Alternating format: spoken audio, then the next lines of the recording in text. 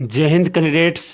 आप सभी को पता है कि आज आर एस सर ने आपको कौन सा चैप्टर पढ़ाया था। आर एस सर ने आपको संगठ चैप्टर पढ़ाया था, ठीक है। तो दोस्तों, आर एस सर ने आज संगठ जो चैप्टर था, इसकी उन्होंने लगभग 2 से 2.5 घंटे की क्लासेस आपको वो दी थी, और इस कुछ क्लासेस में संगठ चैप्टर पूरा कंप्लीट हो गया था अपना, ठीक है। तो दोस्तों, आज का जो अपना ये वीडियो थोड़ा सा बड़ा होगा, ये लगभग 1 घंटे का भी हो सकता है। तो मैं रिक्वेस्ट करता हूँ आप सभी से कि प्लीज़ इस वीडियो पूरा देखना है यार, ठीक है। क्योंकि दोस्तों, यहाँ पर मैं आपको रियल PYQ जो एयरफोर्स के एग्जाम के अंदर बहुत बार आ चुके हैं, वो रियल जो क्वेश्चन है वो एज इट इज़ आपको यहाँ पर मैं बताऊँगा कैसे आपको उनको सेकंड्स के अंदर आपको उन क्वेश्चन को कंप्लीट करना है। तो भाई अब अपनी वीडियो स्टार्ट करते हैं। सबसे पहला क्वेश्चन देखो आपको, और दोस्तों जो ये क्वेश्चन अगर आपको अच्छा लगे तो भाई एक प्यारा सा कमेंट अवश्य करना, और दोस्तों एक वीडियो लाइक करना। क्योंकि दोस्तों देखो, अगर आप वीडियो को लाइक करते तो मतलब तो हमें अंदर से ये होता है कि हाँ हमारे हमारे वीडियोस पर 100 व्यूज़ है, बट उसके ऊपर 50 लाइक है, तो भाई अंदर से ये आता है कि हाँ भाई स्टूडेंट्स को ये अपना कंटेंट ये पसंद आ रहा है, तो प्लीज़ एक लाइक अवश्य करना, ठीक है। तो पहला क्वेश्चन देखो अपना।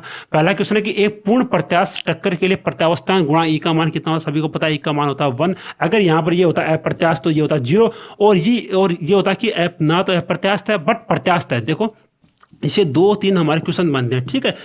पहला क्वेश्चन तो है कि अगर टक्कर पूर्णतया प्रत्यास्थ है, मतलब पूर्णतया प्रत्यास्थ है, तो उसके लिए 1 होगा ई का मान। बट अगर टक्कर अप्रत्यास्थ है, मतलब अप्रत्यास्थ है या फिर ये पूर्णतया प्रत्यास्थ है, तो उसके लिए ई बराबर होता है अपना 0। बट अगर इसकी जगह ऐसा आ जाए कि टक्कर केवल टक्कर केवल प्रत्यास्थ है, मतलब केवल प्रत्यास्थ, न तो उसके पूर्णतः है न अप्रत्यास्थ है, तो उसके लिए अपना होगा 0 से 1 के बीच में, ठीक है। तो आई होप सो ये क्वेश्चन आपका आराम से क्लियर हो गया होगा। अगला क्वेश्चन देखो आपका कि रेखीय संवेग संरक्षण के सिद्धांत उसी स्थिति में लागू होता है जब जब जब दो टकराने वाले कणों के बीच का समय। सभी को पता है कि संवेग संरक्षण का नियम उसी स्थिति में लागू होगा जब, देखो, संवेग संरक्षण का नियम उसी स्थिति में लागू होगा जब उनके बीच में टकराने का समय अत्यंत कम हो, ठीक है, मतलब अत्यंत कम हो, ठीक है। ओके, सो दोस्तों, इसका आपका एक क्वेश्चन आपका ए नंबर जो ऑप्शन है वो आपका आराम से वो सही हो जाए। अगला क्वेश्चन देखो अपना।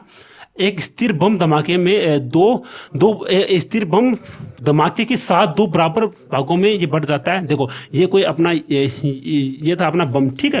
तो ये बम जब इसमें विस्फोट होता है, then it divides into the 2 parts, then what will be, यानी कि आपको इसमें ए बस क्वेश्चन। और दोस्तों, ये क्वेश्चन एनडीए के अंदर बहुत बार आ चुके हैं, और दोस्तों बहुत बार आने के चांसेस हैं। तो इस बार हो सकता है कि एनडीए का ये रियल PYQs है, तो भाइयों एनडीए के अंदर जो क्वेश्चन आ चुका है उसका एयरफोर्स के अंदर उसकी वेटेज बहुत ज़्यादा हाई हो जाती है। आप देखो, मानो ये कण ये यहाँ से ये टूट गया, ठीक है। तो इसका एक ये भाग और इसका ये भाग, इसका M1 है और ये M2, ठीक है। अब आगे आपको ऑप्शन पढ़ना है कि दोनों कण स्थिर रहेंगे। नहीं, ये स्थिर नहीं है। क्यों स्थिर नहीं है? क्योंकि देखो, जब हमारा बम फटता है तो इसके अंदर जो इसकी जो ऊर्जा होती है, मैकेनिकल एनर्जी होती है, वो इसे गतिज ऊर्जा में परिवर्तन कर देती है। मतलब जब हमारा बम फटता है, तो जब हमारा बम अगर फटता है तो उसके अंदर जो ऊर्जा होती है, मतलब इसे हम बोलते हैं मैकेनिकल एनर्जी। या फिर हिंदी में बताऊँ तो यांत्रिक एनर्जी, ठीक है। तो सॉरी, यांत्रिक, ओके। तो यह जो है एनर्जी, मैकेनिकल एनर्जी, ये it will convert it into the kinetic energy, okay.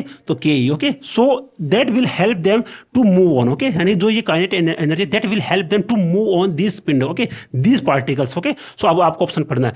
दूसरा है कि बी ऑप्शन अपना है कि विभिन्न वेगों से विभिन्न डायरेक्शन में ये जाएंगे। देखो, ये ऑप्शन हो सकता है, बट आगे पढ़ो कि विपरीत डायरेक्शन में समान वेग से जाएंगे, समान डायरेक्शन में समान वेग से वो ये जाएंगे। देखो, अगर इनका वेग समान हो, अब तो देखो ऐसा तो है नहीं कि जब हमारा कोई जब हमारा बम फटता है तो ऐसा तो है नहीं कि जो मतलब ये था इसका मास कैपिटल M था, जब ये फटेगा तो ऐसा तो है नहीं कि एक बम भी इधर जाएगा और एक बम इधर जाएगा। नहीं, जब ये फटता है तो एक बम या तो इधर जाएगा और एक ज़्यादा, या फिर एक इधर या फिर एक इधर। मतलब कहने का मतलब है कि इनकी जो डायरेक्शन होती है, दिशाएं हैं, वो हमेशा विपरीत होगी, ठीक है। तो जो ये समान है, ये तो हमारा ऑप्शन हमारा गलत हो जाए, मतलब जो डी ऑप्शन है वो गया और ए ऑप्शन भी गया। अब अगला देखो कि विभिन्न वेगों से विभिन्न डायरेक्शन में ये जाएंगे। नहीं दोस्तों, जब हमारा वेग समान होगा तभी ये विपरीत होंगे।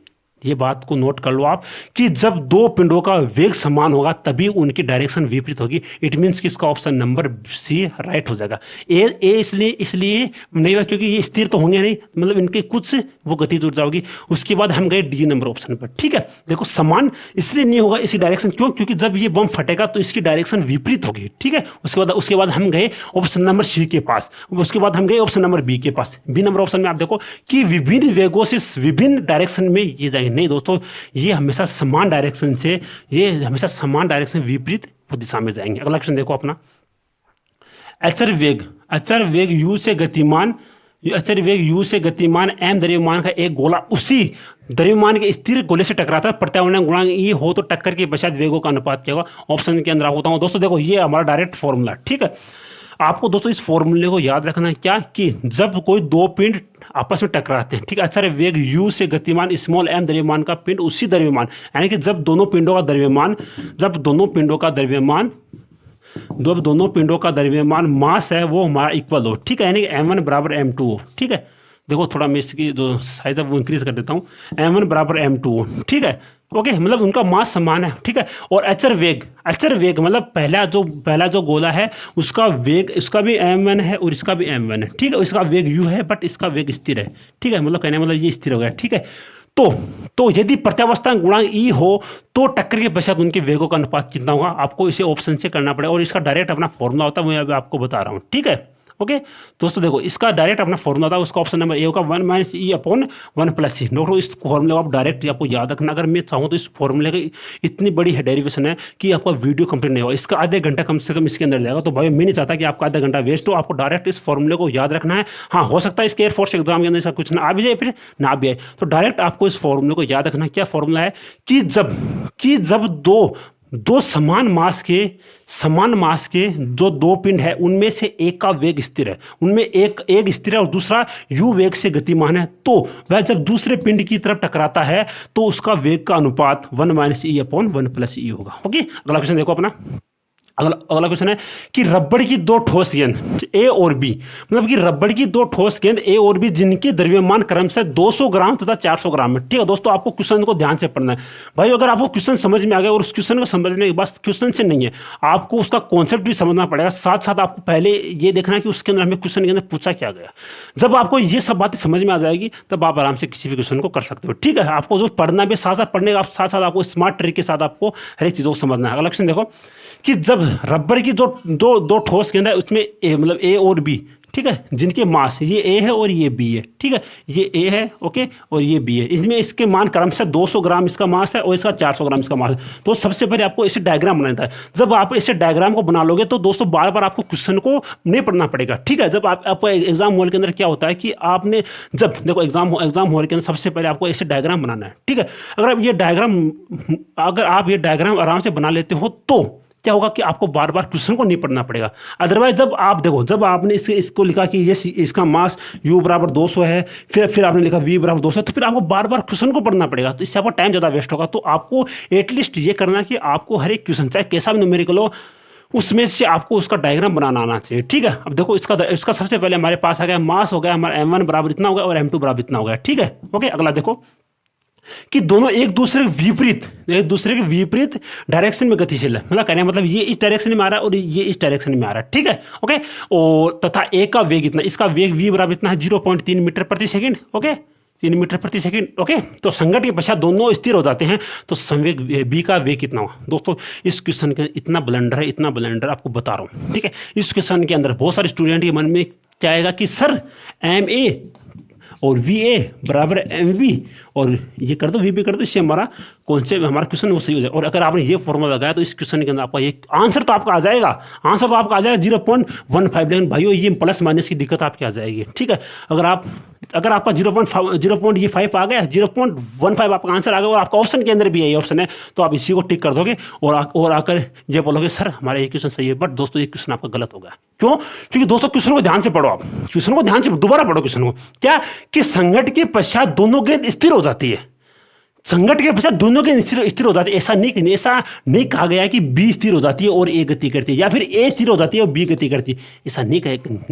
गया। अगर ऐसा होता इस स्थिति में तब ये हमारा ये फॉर्मूला होता कि M1 A1 बराबर M2 V2, बट ऐसा नहीं है, मतलब उनका कॉम्बिनेशन स्थिर है, मतलब ये ए है और ये बी है, ठीक है, ये ए है, चलो यहाँ पर बताता हूँ मैं आपको, ये ए है और ये बी है, ठीक है। तो ये जो इसका जो एक निकाय बना है, जो ये बना सिस्टम, ये है, ये क्या, ये स्थिर है, मतलब इसका संवेग स्थिर है, इसका संवेग स्थिर है या फिर इसका संवेग 0 है, ठीक है, ना कि MA VA बराबर MV BB, ऐसा नहीं है। अगर ऐसी स्थिति होती है, कब होती है? जब ऐसा होता है कि ए स्थिर हो गया है और बी गति कर रहा है, मतलब ए का मास था बड़ा 0.3 मीटर प्रति सेकंड और जब ये बी से टकराया मतलब जब ये बी से टकराया तो ए स्थिर हो गया और बी हमारा गतिशील हो गया। उस स्थिति में हमारा होता है एम ए और वी ए बराबर एम वी वी बी, ठीक है, ओके। बट इसने कहा कि इसका जो निकाय है, जो ये निकाय बना है ये स्थिर है, ठीक है। तब आपका कौन सा फॉर्मूला लगेगा मैं अभी आपको बता रहा हूं, ठीक है। देखो इस स्थिति में आपका फॉर्मूला लगेगा कि M A V A plus M B V B, okay, that will be zero. क्यों? क्योंकि इसका मास और इसका मास दोनों का जीरो हो गया। अब आपको इसे आगे सोल्व करना है। एम का मान आपको पता है कि ये हमारा है 200 ग्राम और वी ए का मान आपको पता है 0.3 मीटर प्रति सेकंड। अब देखो दोस्तों इसका ये तो अपना है सीजीस पत्ती में, बट ये है एम के पत्ती में।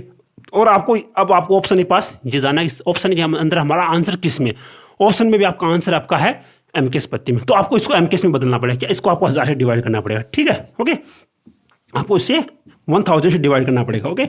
उसके बाद आगे अपना 0.3 प्लस एम बी आपके पास है, आपके पास है 400 gram but 1000, okay, into we B, that will be zero. अगर आप इसको पूरे सोल्व करते हो आपका आंसर आएगा माइनस का 0.15, ओके, मीटर प्रति सेकंड। आई होप सो कि दोस्तों ये कॉन्सेप्ट आपका क्लियर हो गया होगा। अगर ना हो दोबारा बता रहा हूं, जब आपके क्वेश्चन में ऐसा दिया जाए कि कोई पिंड कोई पहली वस्तु है वो दूसरी वस्तु से टकराने के बाद पश्चात दोनों का जो निकाय है वो स्थिर है, तब आपको लगाना है कि M A V A plus M B V B, that will be zero. But अगर ऐसा दिया जाए कि पहली वस्तु हमारी गतिशील थी बट दूसरी स्थिर थी, और जब पहली और दूसरी दोनों आपस में टकराई, तो पहली स्थिर हो गई दूसरी गतिशील हो गई, तब आपको लगाना है कि एम ए वी ए बराबर एम वी वी बी, ठीक है। आई होप सो ये कॉन्सेप्ट आपका क्लियर होगा। अगला क्वेश्चन देखो अपना, और दोस्तों आपको क्वेश्चन से भागना नहीं है मेरे भाई।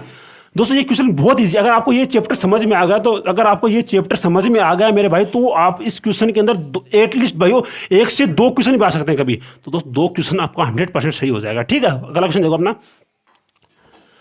अगला क्वेश्चन है अपना कि समान मास के 2 पूर्ण प्रत्यास्थ कण P और Q को जोड़ने वाली रेखा के अनुदिश 15 मीटर प्रति सेकंड और इतने मीटर प्रति सेकंड से गति कर रहे हैं, तो टक्कर के पश्चात उनका वेग क्या होगा। सबसे पहले दोस्तों डायग्राम बनाओ। अब क्वेश्चन के अंदर क्या दिया गया समझ में नहीं आया हमें, सबसे पहले डायग्राम बनाओ। सबसे पहले ये देखो कि दिया क्या गया है कि P और Q मतलब कोई 2 पूर्ण प्रत्यास्थ। सबसे पहले मेरे भाई ये पढ़ो कि पूर्ण प्रत्यास्थ है, क्वेश्चन की जान इसी में है, क्या है कि पूर्ण प्रत्यास्थ, ठीक है। मैंने क्या बताया था, अभी आपको कोई कमेंट करना है कि पूर्ण प्रत्यास्थता के लिए प्रत्यावस्थान गुणांक का मान कितना होता है, कमेंट करके बताओ सभी। अभी पूर्ण प्रत्यास्थ के लिए आपका मान होता है ई, ठीक है, ई बराबर 1, ओके, मतलब पूर्ण प्रत्यास्थ टक्कर, ठीक। अगला आगे पढ़ो कि पूर्ण प्रत्यास्थ कण P व Q को जोड़ने वाली रेखा, ठीक है, ये अपना P है और ये अपना Q है, ठीक है, इसको जोड़ने वाली रेखा मतलब ये कण मतलब कि 2 समान द्रव्यमान के 2 पूर्ण प्रत्यास्थ कण P व Q उनको जोड़ने वाली रेखा, मतलब इसकी दिशा में ये है और इसकी दिशा में ये है, ठीक है, ओके। मतलब कहने का मतलब है कि इसके बीच की अंदर ही है, ठीक है, ओके। मतलब यहां पर अपना P है और यहां पर अपना Q है, ठीक है। आगे देखो, आगे पढ़ो आप क्वेश्चन को। आगे दिया गया है कि दोनों इसमें से इसका द्रव्यमान कम, इसका वेग अपना 15 मीटर प्रति सेकंड और आगे अपना 10 मीटर प्रति सेकंड, ओके। उसके बाद ये गति कर रहे हैं, तो टक्कर के पश्चात इनका वेग क्या हो। सबसे पहले ये देखो इसका मास क्या है, इनका मास समान है मेरे भाई, m है, इसका m है, ओके, m1 और इसका m2 ये दोनों बराबर है, यानी कि m1 बराबर m2 है, ओके। और दोस्तों आज आपको आर सर ने ये कॉन्सेप्ट पढ़ाया है, क्या था कॉन्सेप्ट कि जब 2 समान द्रव्यमान के पिंड आपस में टकराते हैं, दोबारा से मेरी बात को सुनो, क्या कि जब 2 समान द्रव्यमान के पिंड आपस में टकराते हैं तो उनका वेग परस्पर बदल जाता है, तो इनका वेग परस्पर बदल जाएगा। मतलब इसका हो जाएगा 10, इसका हो जाएगा अपना 10 मीटर प्रति सेकंड और इसका हो जाएगा 15 मीटर प्रति सेकंड, ओके। और अगर आप इसे कॉन्सेप्ट से भी करते हो तो आप आराम से कर सकते हो। क्या होगा कि सर अपना हो जाएगा m1 v1 बराबर m2 v2, इसे आप आराम से कर सकते हो, ठीक है, ओके। सो आगे देखो अपना, ठीक है। मैंने क्या बताया दोस्तों आपको कि अगर दोस्तों इस क्वेश्चन के अंदर ऐसा नहीं होता कि पूर्ण प्रत्यास्थ टक्कर है, अगर इस क्वेश्चन के अंदर ऐसा नहीं होता तो आपको क्वेश्चन ये गलत हो जाता, क्योंकि इस क्वेश्चन के अंदर ये दिया गया कि पूर्ण प्रत्यास्थ है, बट जब टक्कर पूर्ण प्रत्यास्थ होते तभी ये फॉर्मूला अप्लाई होगा, क्या कि जब दो पिंड जिसके अंदर होने वाला टक्कर पूर्ण प्रत्यास्थ है, मतलब मैं क्या बताऊं दोबारा सुनो कि जब 2 पिंड है उनमें टक्कर होने वाला टक्कर पूर्ण प्रत्यास्थ है और उनका मास समान है, तो उनका वेग परस्पर परिवर्तित हो जाता है। बट दोस्तों अगर टक्कर पूर्ण प्रत्यास्थ नहीं होती तब आपका आंसर गलत हो जाता है, ठीक है। आपका आंसर दूसरा आता है। अगला क्वेश्चन देखो, क्षैतिज से, जस्ट वेट दोस्तों, हाँ, क्षैतिज से क्षैतिज से 60 डिग्री के कोण पर एक तोप की गोले को 20 मीटर प्रति सेकंड के वेग से दागा जाता है, तो इसे उड़ान बिंदु पर इतना है, तो ये इतने इतने इतने इतने में विभाजित होता है। भाई कितना टिपिकल क्वेश्चन है, बट ऐसी ट्रिक बताऊंगा मेरे भाई इस क्वेश्चन के अंदर कि आप इस क्वेश्चन विद इन सेकंड्स बनाओगे। दूसरे किसी भी अकेडमी से जाकर इस क्वेश्चन को पूछ लो मेरे भाई, उन स्टूडेंट से पूछ लो कि ये क्वेश्चन देखेंगे तो उनकी हवा टाइट हो जाएगी, क्योंकि उन्हें ऐसे क्वेश्चन पढ़े नहीं जाते हैं मेरे भाई। आपको इसलिए पढ़ा रहे हैं ताकि आपके एग्जाम के अंदर ऐसे क्वेश्चन आए तब आप आराम से इससे सॉल्व कर पाओ। भाई इस क्वेश्चन के पर्टिकुलर इस क्वेश्चन के अंदर आपके 3 से 4 जो चैप्टर उनका कॉम्बिनेशन है। क्या पहला चैप्टर तो अपना है प्रक्षेप्य गति वाला, उसका इसके अंदर बहुत अच्छा कॉम्बिनेशन है। उसके बाद उसका इसके अंदर कोलिजन, उसके बाद इसके अंदर अपना है कि गति के नियम, मतलब इनके जो तीनों चैप्टर का कॉम्बिनेशन है। सबसे पहले आप क्वेश्चन को डायग्राम बनाओ। मैंने हर बार ये समझाया दोस्तों, आपको डायग्राम बनाना आ जाए। क्या सबसे पहले आपको देखो, सबसे पहले ये हो गया अपना x और ये हो गया अपना y। ओके देखो अब आगे पढ़ो आप। देखो भाई ये कहता हूँ भाई वीडियो पूरा देखो मेरे भाई, वीडियो पूरा देखो तो बहुत अच्छे से पढ़ा रहा हूँ आपको फिजिक्स। ऐसे कोई नहीं पढ़ा, प्रैक्टिकली बता रहा हूँ, हर एक चीज़ का डायग्राम बनाओ।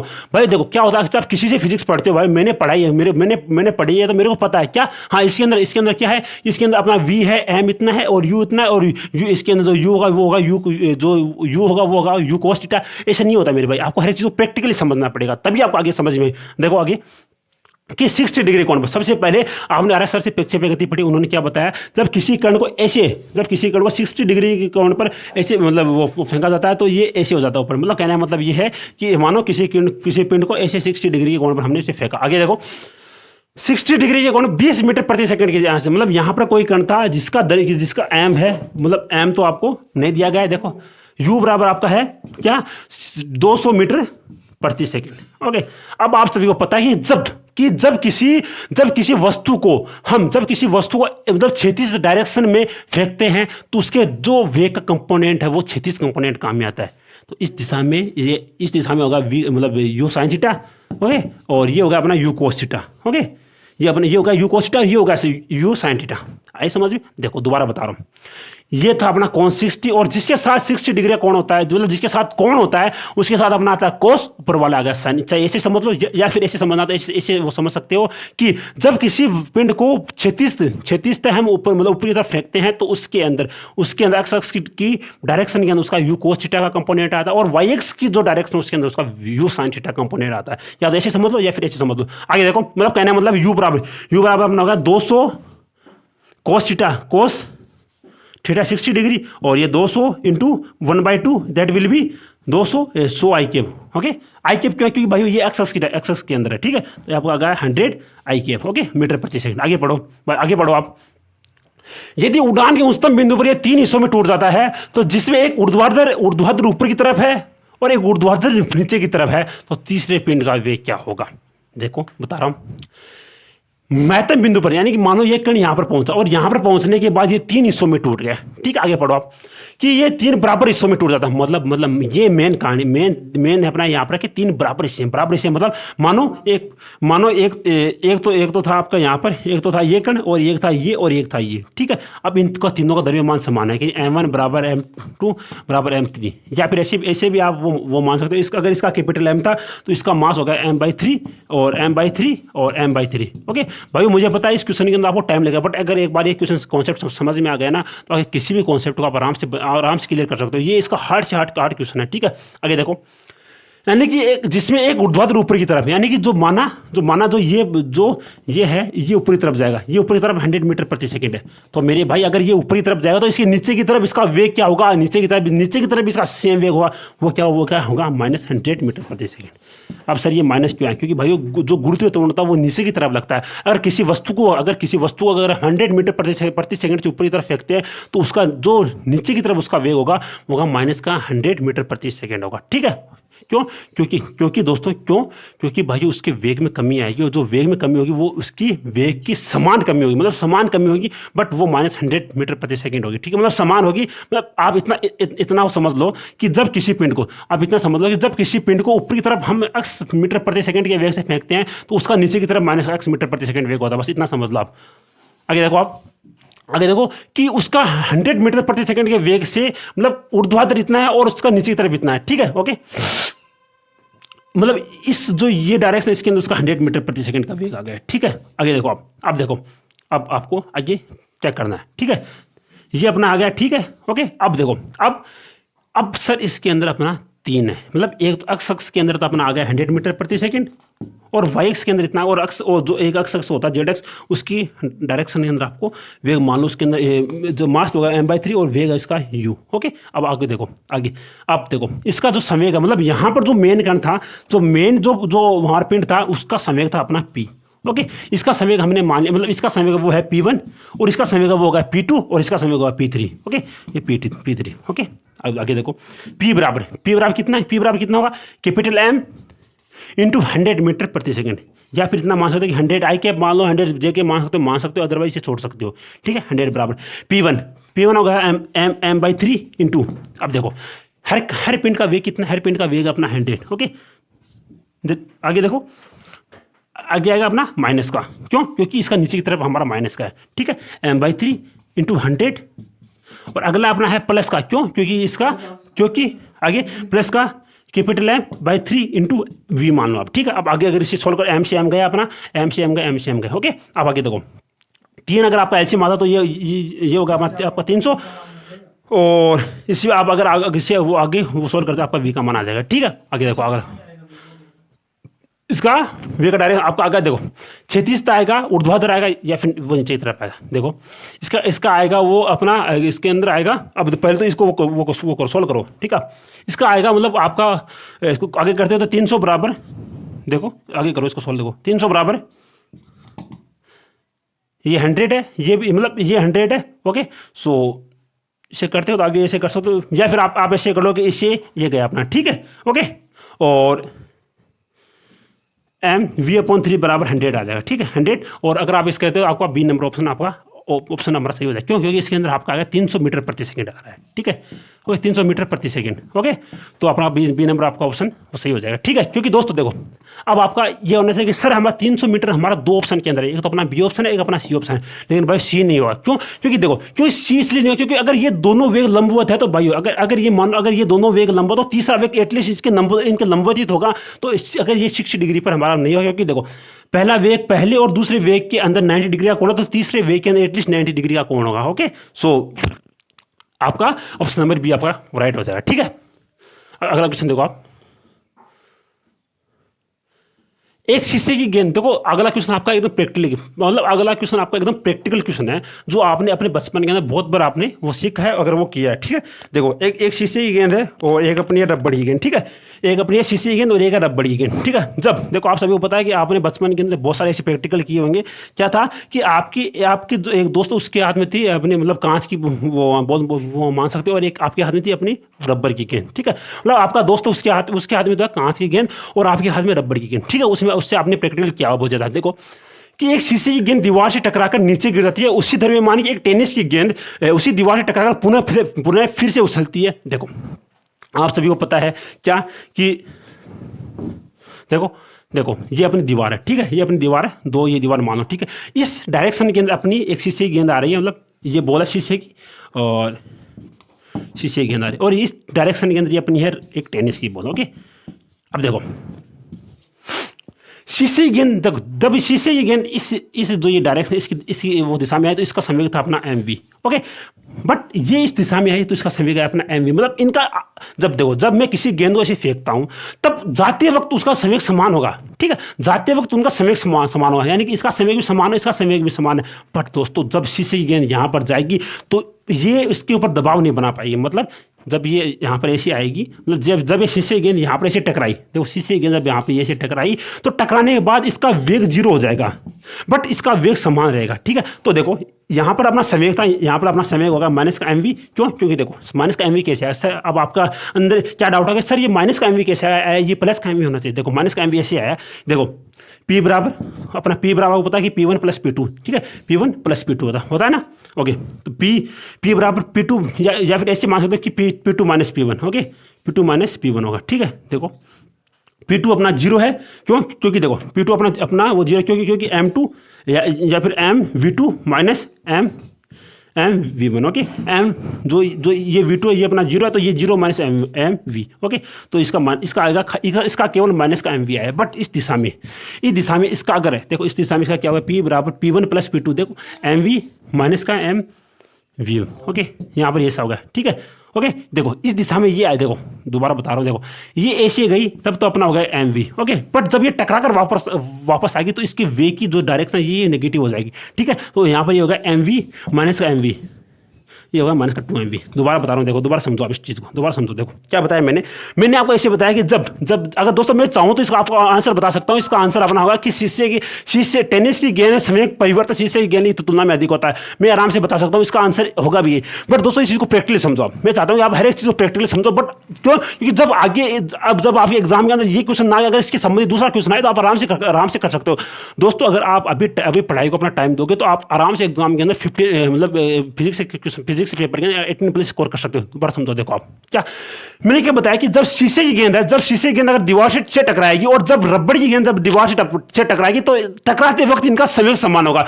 मतलब जैसे मैंने इस मार्कर को ऐसे फेंका और साथ में अगर मैंने इस कवर को ऐसे फेंका, ठीक है, तो दोनों का जो मास है, जो संवेग है वो समान है। बट जब वापस आते वक्त जब ये टकरा कर वापस आएगी तो इस स्थिति में इसका वेग 0 हो जाएगा, बट इसका वेग v रहेगा। ठीक है, बट v होगा, बट इसका v की जो डायरेक्शन है वो नेगेटिव हो जाएगी। ओके, तो यहां पर ये एम वी होगा और ये इसलिए एम वी, देखो यहां पर ये एम वी माइनस का इसलिए हुआ है, क्यों? क्योंकि इसका V2 बराबर माइनस का V था। ओके, और यहां पर ये प्लस इसलिए क्योंकि V1 बराबर V था। क्यों? क्योंकि इस दिशा में जा रही है। ये चीज आपको पता होगी, जब हम किसी गेंद को ऐसे फेंकते हैं, जब ये टकराकर हमारी तरफ आती है, मतलब पहले तो इसकी वे की वो डायरेक्शन थी वो ऐसी थी और फिर आपकी उससे ऐसी हो गई। ठीक है, तब आपका होगा ये V माइनस का V। तो यहां पर है माइनस का 2mv, बट यहां पर है प्लस का mv।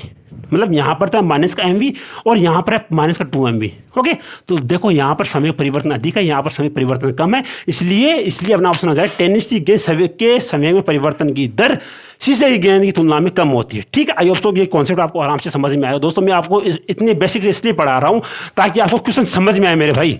अगर मैं चाहूँ तो जो ये क्वेश्चन है इसका आपको ऐसे बता दूं कि हाँ इसका ए हो जाएगा, इसका बी हो जाएगा, इसका सी हो जाएगा, लेकिन दोस्तों इससे आपको फायदा नहीं होगा।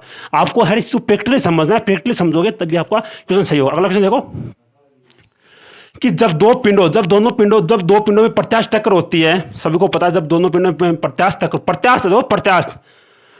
प्रत्यास्थ है, इसलिए यहाँ पर एनर्जी भी हमारी कंजर्व होगी और संवेग भी हमारा कंजर्व होगा। इसलिए आपका ऑप्शन नंबर निकायगा संवेग और ऊर्जा, सी ऑप्शन अपना राइट हो जाएगा।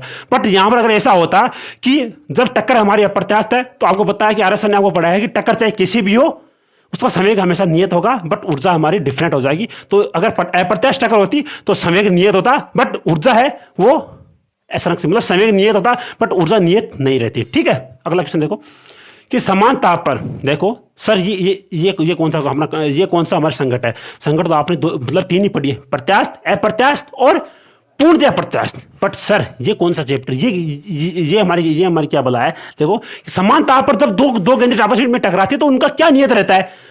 चाहे दोस्तों आपको ये बात को आप गांठ मान लो, क्या बात है कि चाहे टक्कर कैसी भी हो, चाहे टक्कर समान ताप पर हो चाहे समान दाब पर हो, उसका संवेग हमेशा नियत रहता है। मतलब चाहे टक्कर कैसी भी हो उसका संवेग हमेशा नियत रहेगा, या फिर उसका संवेग हमेशा संरक्षित रहेगा। ओके, तो अपना ऑप्शन नंबर डी इसमें राइट हो जाएगा। क्या बताया मैंने, दोबारा सुन लो आप, क्या बताया मैंने आपको, इतना बताया है मेरे भाई कि चाहे टक्कर कैसी भी हो संवेग हमेशा नियत होता है। अगर प्रत्यास्थ होती तब क्या होता, प्रत्यास्थ होती तब संवेग और ऊर्जा दोनों नियत होती।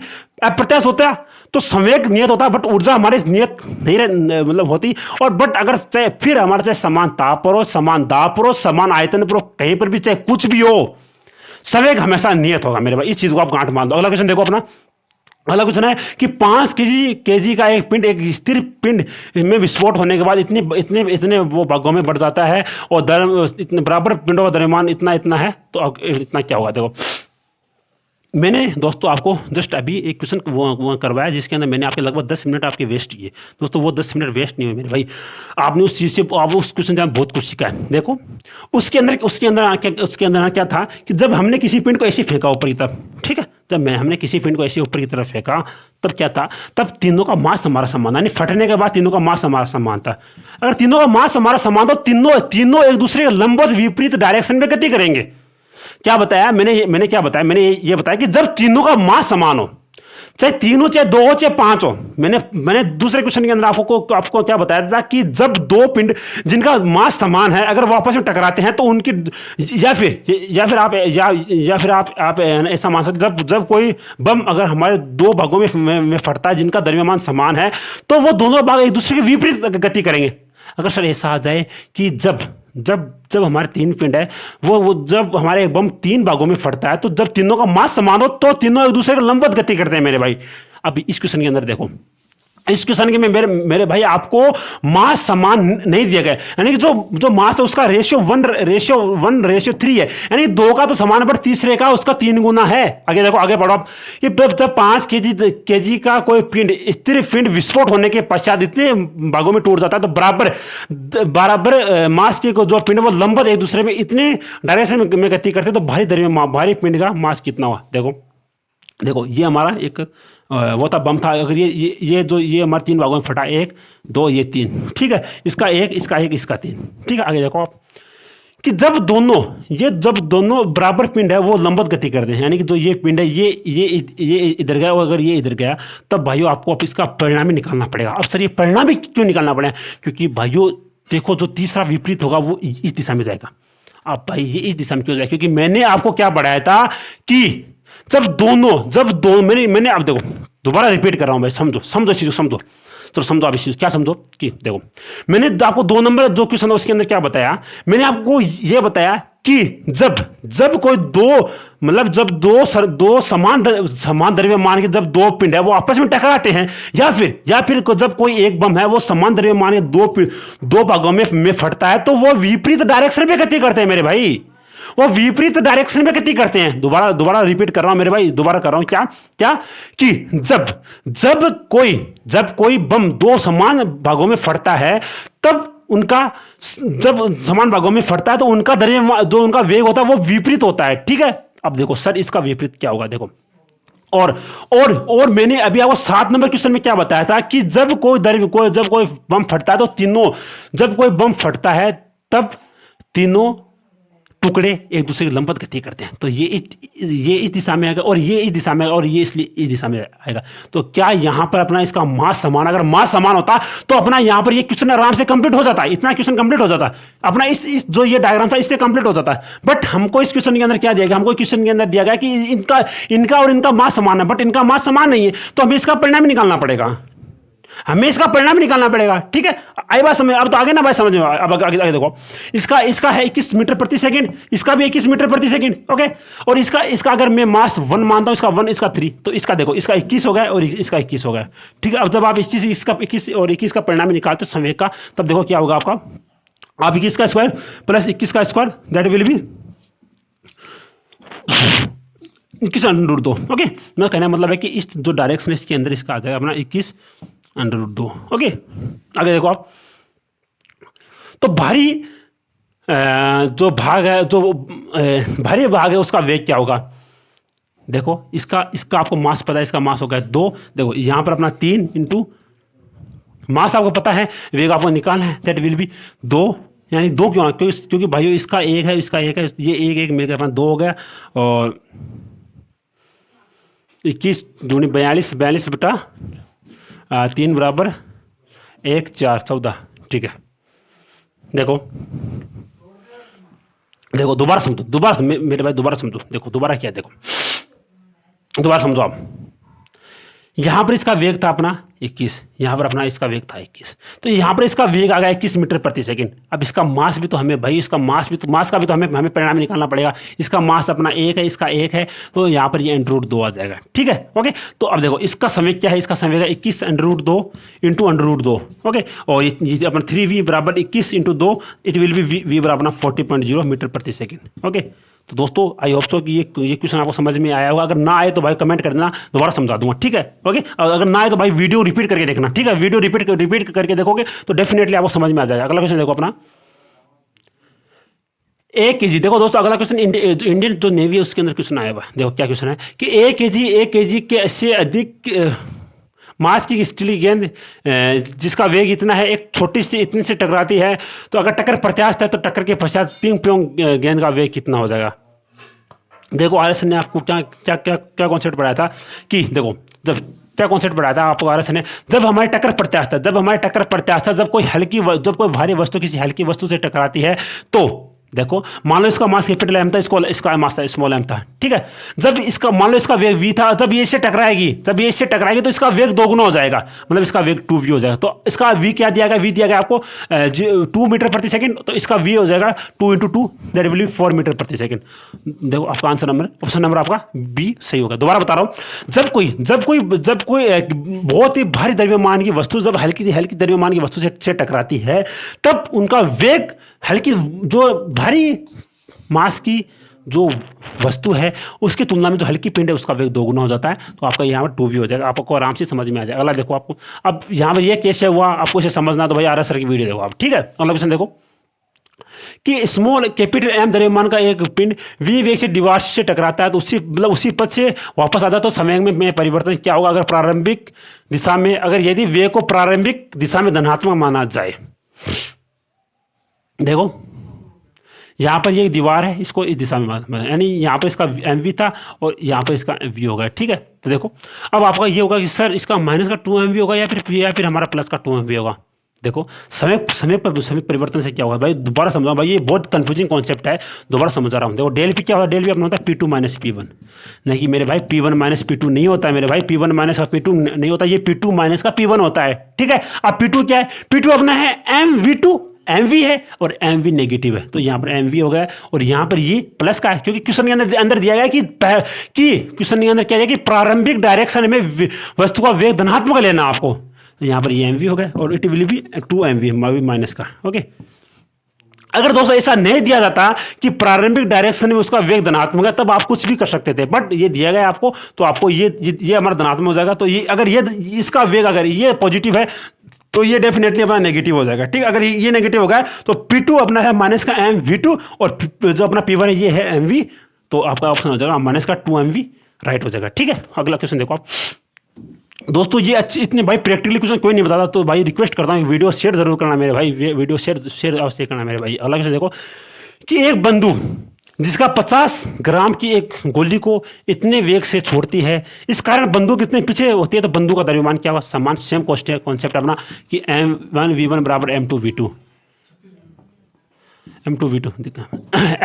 m1 है अपना m1 क्या है, m1 है अपना है बंदूक का द्रव्यमान, ठीक है, mg मान लो इसको, और v1 है वो क्या है, वो है 1 बराबर m2 क्या है, m2 अपने पास 50 ग्राम। भाई ये 50 ग्राम दिया गया, इसको आपको किस में चेंज करना पड़ेगा, इसको आपको किलोग्राम में चेंज करना पड़ेगा, ठीक है, ओके। इसको आप अगर किलोग्राम में चेंज करते हो तो आपका इसका हो जाएगा माइनस का 3 और अपना v2 है वो है 30 मीटर प्रति सेकेंड, ओके।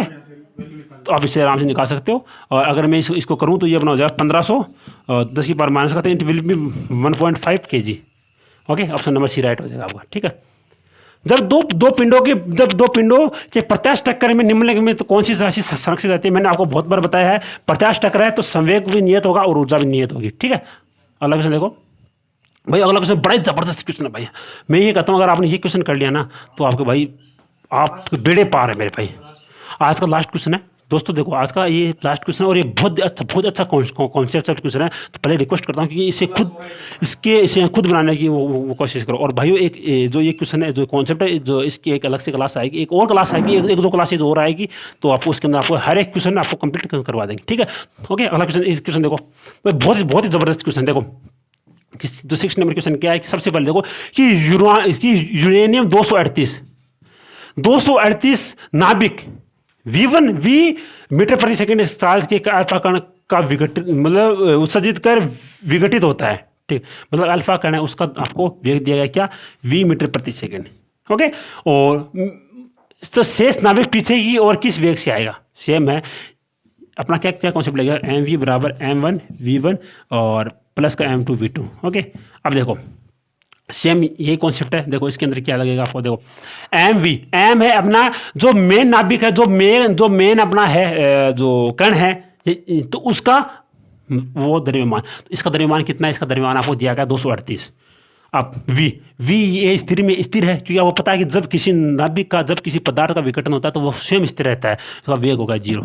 आगे देखो m1 अपना है अल्फा कण का द्रव्यमान, सभी को पता है 4 होता है, इंटू v1 अपना है अल्फा कण का द्रव्यमान, it will B v plus plus plus plus plus.